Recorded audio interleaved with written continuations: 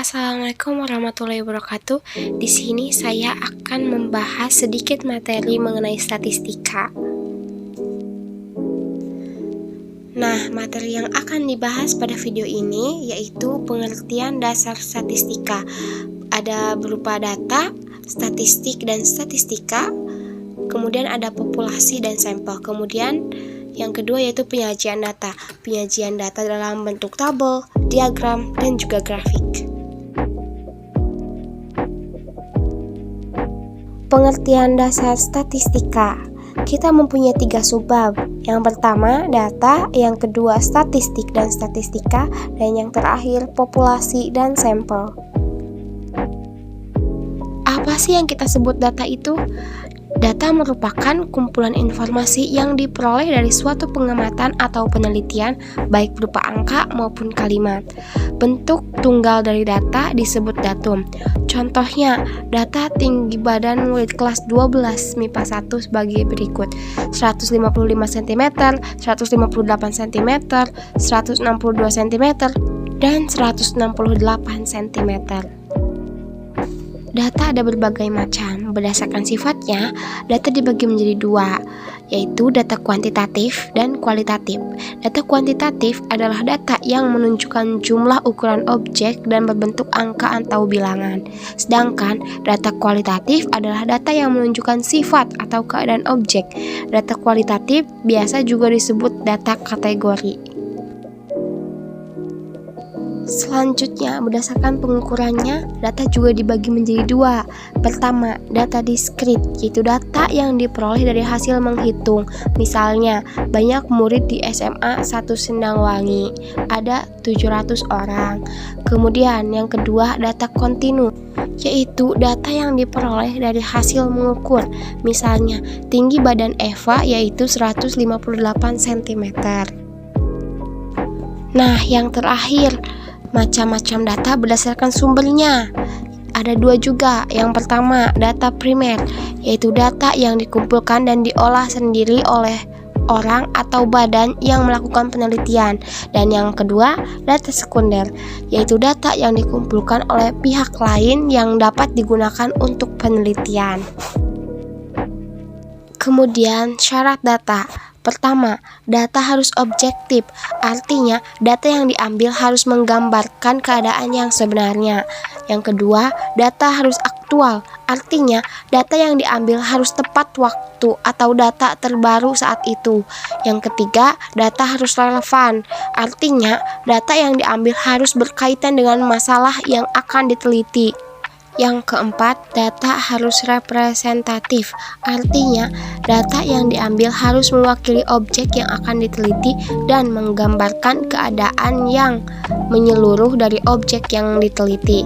Dan yang terakhir, data harus reliable, artinya data yang diambil harus dapat dipercaya dan dapat dipertanggungjawabkan. Jadi, dalam mengumpulkan atau memperoleh data tidak sembarang dilakukan, harus memenuhi syarat-syarat yang ada. Ada 2 cara dalam memperoleh data. Pertama, metode sensus. Metode sensus adalah suatu metode memperoleh data dengan cara meneliti objek satu persatu secara menyeluruh. Misalnya, sensus penduduk, sensus ekonomi, dan sensus pembangunan. Kemudian metode sampling, yaitu suatu metode mengumpulkan data yang diperoleh dengan cara meneliti sebagian dari objek. Berikut yang termasuk metode sampling. Pertama, wawancara, yaitu tanya jawab langsung dengan narasumber. Kedua, angket atau kuesioner, yaitu menyebarkan lembar pertanyaan kepada setiap objek untuk diisi. Yang ketiga, observasi, yaitu mengamati atau melihat langsung terhadap objek yang akan diteliti. Dan yang terakhir, dokumentasi atau koleksi, yaitu mengambil data dari media cetak atau elektronik. Statistik dan statistika. Statistik adalah data yang umumnya berbentuk angka yang disusun dalam daftar, tabel, atau diagram sehingga lebih mudah dipahami. Sedangkan statistika adalah ilmu yang digunakan untuk mengambil intisari dari informasi atau ilmu yang mempelajari data, cara memperoleh data, mengilah data, dan menyajikannya. Jadi jangan sampai tertukar ya. Kemudian ada populasi dan sampel. Populasi adalah keseluruhan objek yang akan diteliti, sedangkan sampel merupakan sebagian dari populasi yang benar-benar diamati. Misalnya, kelompok 1 ingin mengetahui tinggi badan murid kelas 12 MIPA 1. Seluruh murid kelas 12 MIPA 1 yang berjumlah 29 orang adalah populasi, sedangkan kelompok 1 hanya akan mengukur 15 orang. Nah, 15 orang tersebutlah yang disebut dengan sampel. Nah, materi terakhir yaitu penyajian data. Agar mudah untuk dibaca dan dipahami, data dapat disajikan dalam bentuk tabel, diagram, maupun grafik. Data dalam bentuk tabel. Jika kita mempunyai data yang masih acak, kita bisa mengurutkannya dalam bentuk tabel. Pada contoh di atas adalah data tinggi badan.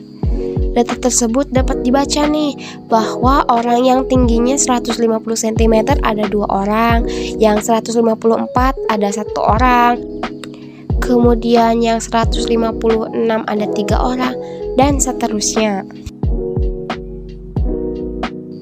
Kemudian, data yang dalam bentuk tabel tadi bisa kita ubah nih ke dalam bentuk diagram. Pada video ini kita mengambil contoh diagram batang. Nah, cara membacanya, pada garis horizontal adalah tinggi badan siswa, sedangkan pada garis vertikal adalah jumlah siswanya atau frekuensinya. Dari diagram di atas kita tahu nih bahwa siswa yang tinggi badannya 156 itu ada 3 orang, sedangkan yang 158 ada 4 orang. Nah, yang terakhir data dalam bentuk grafik.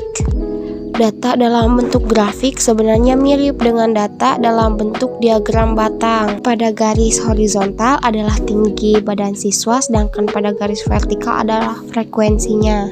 Cara membacanya kita lihat nih titik yang pertama. Titik yang pertama berada lurus dengan angka 150 dan 2, yang artinya bahwa yang tingginya 150 cm ada 2 orang. Nah, untuk membaca angka yang lainnya pun sama seperti itu. Sekian yang dapat saya sampaikan. Terima kasih atas perhatiannya. Semoga bermanfaat. Wassalamualaikum warahmatullahi wabarakatuh.